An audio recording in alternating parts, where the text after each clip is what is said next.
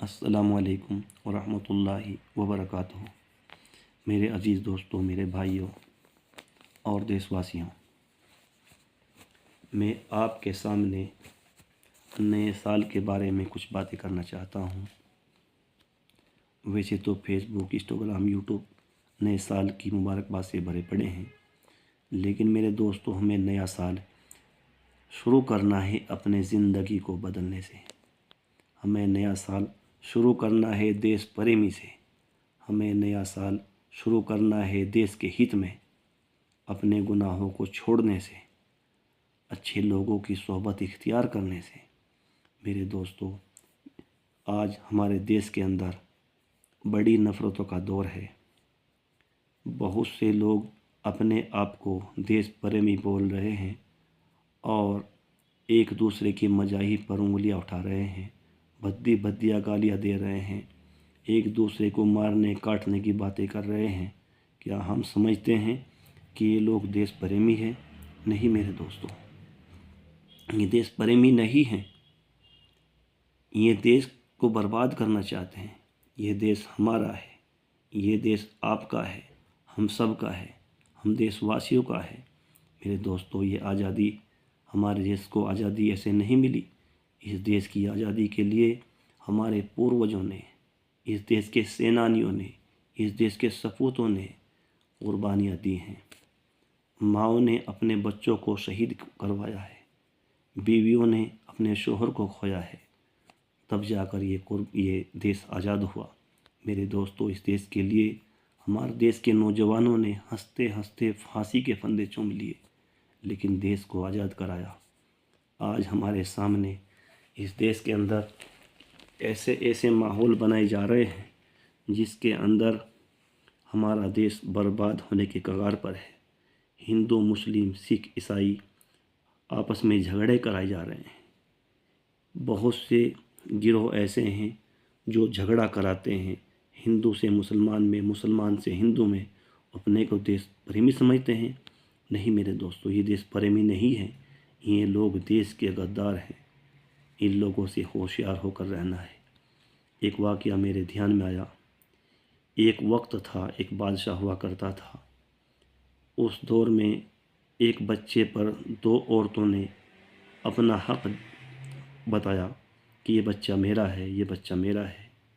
जब उनके अंदर झगड़ा हो गया, ये मुकदमा बादशाह, जो वक्त का बादशाह था, उसके पास पहुंचता है। उसने एक दूसरे से गुफ्तगू की और उनसे पूछा कि बच्चा किसका है। मेरे दोस्तों, दोनों की दोनों बताने लगी, ये बच्चा मेरा है, ये बच्चा मेरा है। बादशाह को कुछ समझ में नहीं आ रहा था कि बच्चा किसको दूँ। बादशाह ने सोचा कि मैं कल इसका फ़ैसला करूँगा, अल्लाह मेरी मदद फरमाए। बादशाह ने उनसे कहा कि आप कल आ जाना, आपको मैं कल फ़ैसला सुना दूँगा। अगले दिन बादशाह ने उन औरतों को बुलवाया और बादशाह ने बोला कि देखो, मैंने फ़ैसला कर लिया है, ये बच्चा तुम दोनों का है।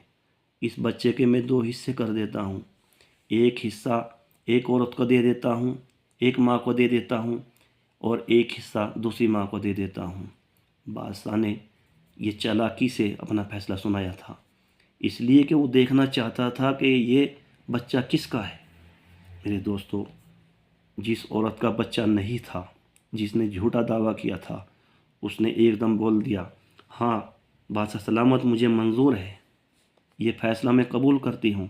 लेकिन जिसका हकीकी बच्चा था, वो रोने लगी, वो चिल्लाने लगी, चीखें मारने लगी, नहीं बादशाह सलामत, मुझे ये फ़ैसला मंजूर नहीं है, मुझे बच्चा नहीं चाहिए, ये बच्चा उसी को दे दीजिए, लेकिन इसके दो हिस्से मत कीजिए। कम से कम अगर ये ज़िंदा रहा तो मैं इसको देख लिया करूँगी। मेरे दोस्तों, इससे पता लगता है कि जिसका बच्चा था उसने कत्ल करने से मना कर दिया, दो हिस्से कराने से मना कर दिया कि नहीं, मुझे दो हिस्से नहीं चाहिए इसके, ये इसी को दे दीजिए। मेरे दोस्तों, इसी तरह से आज हमारे देश के अंदर जो लोग नए नए तरीके से देश को बर्बाद करना चाहते हैं, झगड़े फसादात कराने चाहते हैं, वो देश के हित में नहीं हैं। वो तो सिर्फ उसी तरह हैं जैसे एक झूठी औरत ने बच्चा अपना होने का दावा किया था और वो उसको कत्ल कराने पर भी आमादा हो गई थी। लेकिन जो हकीकी माँ थी उसने कह दिया नहीं, इसके 2 हिस्से नहीं, ये पूरा बच्चा इसी को दे दीजिए। तो मेरे दोस्तों, आज वो लोग इस देश को इसी तरह बर्बाद करना चाहते हैं। उनका देश नहीं है, वो देश प्रेमी नहीं है, वो देश से प्रेम नहीं करते, वो देश से नफ़रत करते हैं, वो देश को बर्बाद कराना चाहते हैं। मेरे दोस्तों, ये देश हमारा है, ये देश आपका है, हम सबका है। हमें देश के हित के लिए काम करना है। मेरे दोस्तों, आज इस देश को हमारे वक्त की ज़रूरत है। हम सबको चाहिए कि हम हिंदू, मुस्लिम, सिख, ईसाई आपस में प्यार मोहब्बत से रहें, एक दूसरे से नफ़रतें ना करें, एक दूसरे के प्रोग्राम में शामिल हों, किसी के मज़ाहिब पर टिप्पणी ना करें, कि किसी के उलमा, किसी के पंडित, किसी के पादरी पर कोई टिप्पणी ना करें, एक दूसरे के मजहब को बुरा ना कहें। मेरे दोस्तों, अगर हम चाहते हैं, अगर हम देश से प्रेम करते हैं, तो अपने नए साल की शुरुआत हम इस तरह से करें, अपने देश के हित के लिए करें, एक दूसरे को समझाएं। नहीं झगड़े से देश नहीं चलता, नहीं झगड़े से देश आगे नहीं बढ़ता। नहीं मेरे दोस्तों, झगड़ा देश को पीछे पहुंचा देता है। मेरे दोस्तों, आज वक्त आ गया कि हम सबको एक होकर, एक साथ मिलकर देश से नफ़रतों को भगाना है, इन नफ़रत करने वालों को हराना है, इनका मुकाबला करना है। जो लोग देश में नफ़रत फैला रहे हैं, मेरे दोस्तों, उनसे लड़ना है। लड़ना हमें तलवार से नहीं, लड़ना डंडों से नहीं, हमें गाली गलौज से भी नहीं, हमें लड़ना है अपनी मोहब्बतों से, एक दूसरे से का साथ देने से, एक दूसरे की एकता से, यकता बहती से। मेरे दोस्तों, अगर हम चाहते हैं कि हमारा देश फिर से गुलाम ना बने, अगर हम चाहते हैं कि हमारा देश आगे बढ़े, तो हमें अपने देश को बचाना होगा, अपने देश के हित में काम करना होगा। ये हिंदुस्तान एक बगीचे की तरह है। जैसे एक बगीचे के अंदर किस्म किस्म के फूल होते हैं, मेवा होते हैं, इसी तरह से मेरे दोस्तों, इस देश के अंदर भी बहुत किस्म के मज़ाहिब हैं, हिंदू हैं, मुस्लिम हैं, सिख हैं, ईसाई हैं, यहूदी हैं, फ़ारसी हैं। उनके मजहब का मसला, हमें उससे क्या लेना। मेरे दोस्तों, जो जिस तरह से अपने खुदा को, अपने भगवान को, अपने अल्लाह को मानना चाहता है, माने, किसी को क्यों इतराज़ होना चाहिए। नहीं मेरे दोस्तों, हम सबको अपने देश को बचाना है। अगर हम चाहते हैं कि हमारा देश फिर से आज़ाद ही रहे, हमारा देश गुलाम ना हो, हमारा देश बर्बाद ना हो, मेरे दोस्तों, तो हमें देश को बचाना होगा। आज उन लोगों का मुंह तोड़ जवाब देना होगा जो देश को नफ़रतों में बांट रहे हैं, जो देश को मज़ाहिब में बांट रहे हैं, बिरादरी में बांट रहे हैं। मेरे दोस्तों, कहने को तो बहुत कुछ है, लेकिन मैं आपसे अपने दिल की आवाज़ बताना चाहता हूँ। मैं कई दिन से सोच रहा था कि अपने देश हित में कोई बात की जाए।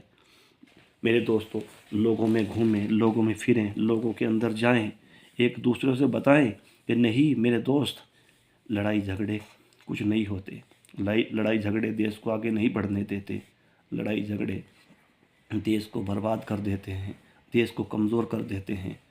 एजुकेशन पर मेहनत करें, अपने बच्चों को पढ़ाएं, एक टाइम खाना खाएं, एक टाइम ना खाएं, लेकिन अपने बच्चों को एजुकेशन ज़्यादा से ज़्यादा दें, एक दूसरे का साथ दें, गांव-गांव के अंदर कॉलेजें बनाएं। हाँ, जिससे देश आगे बढ़ेगा, एजुकेशन होगा, लोगों के अंदर जागरूकता आएगी, लोग देश हित में काम करेंगे। मेरे दोस्तों, आज मैं आपसे बस यही कहना चाहता हूँ। अगर कहने में मुझसे कुछ गलती हुई हो तो मैं आपसे माफ़ी चाहता हूँ। आपका बच्चा हूँ, आपका भाई हूँ। अस्सलामु अलैकुम वरहमतुल्लाहि वबरकातुहू।